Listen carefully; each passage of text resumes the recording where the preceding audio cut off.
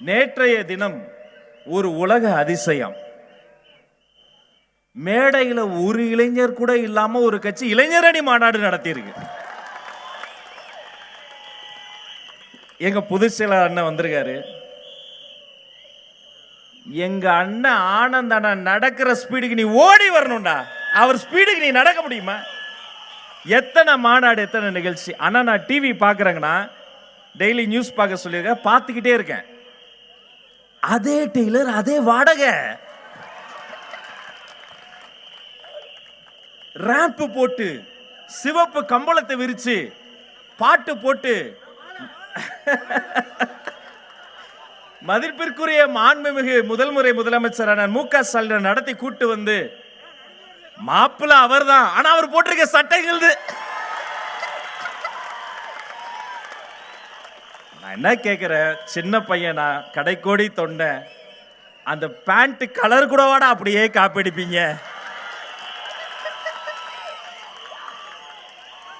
கீழே இருந்து துண்டு எடுத்து வீசி அந்த துண்டு எடுத்தவர் போட்டு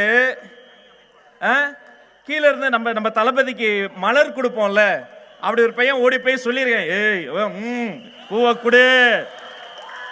அவன் கொடுத்துட்டான். அது அவருக்கு சொல்லல, வாங்கின பூவை என்ன பண்ண தெரியல, என்ன பண்றது அப்படி தூக்கி போட்டு போயிட்டாப்ல. எல்லாத்தையும் மன்னிச்சிருவேன், அந்த செல்ஃபி ஒண்ணு எடுத்தாங்களடா.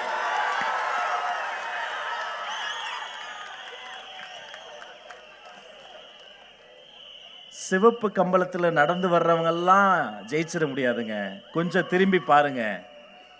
மக்கள் வெள்ளத்தில் ஆண்களும் பெண்களும் புடைசூழ திருவிழா போல அன்பு கடலில் ஆர்ப்பரித்து நின்றிருக்க, மேடையில் உடைத்த ஒன்றிய முதல் மாவட்ட முதல் மாநில அத்தனை பேரும் புடைசூழ்ந்து காத்திருக்க, அப்படியே மக்கள் மத்தியில் ஓங்கி ஒலிக்கிற சத்தத்தின் மத்தியில தமிழ்நாட்டின் தலையெழுத்தை மாற்றப் போகிற என் தங்க தளபதி தலைவர் நடந்து வருகிற போது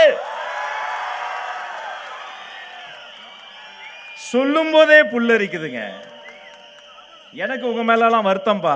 நல்லா பேசுனீங்க தம்பிகள்லாம், நல்லா பேசுனீங்க. எனக்கு என்னன்னா, மதிப்பிற்குரிய முதலமைச்சர் அண்ணா அவரை நான் ரொம்ப மதிக்கிற சீனியர் மோஸ்ட் பொலிட்டீஷியன், நல்ல மாற்று கருத்து இல்லை. நாகரிக அரசியல் எங்களை ஆளாக்கி அழகு பார்க்கக்கூடியவர்கள் வெற்றி தலைவர் தளபதி. நாகரிகமாக தான் பேசுவோம், எதிரிகளை கூட நாகரிகமாக பேச சொல்லியிருக்காரு என்னுடைய பொதுச் செயலாளர்.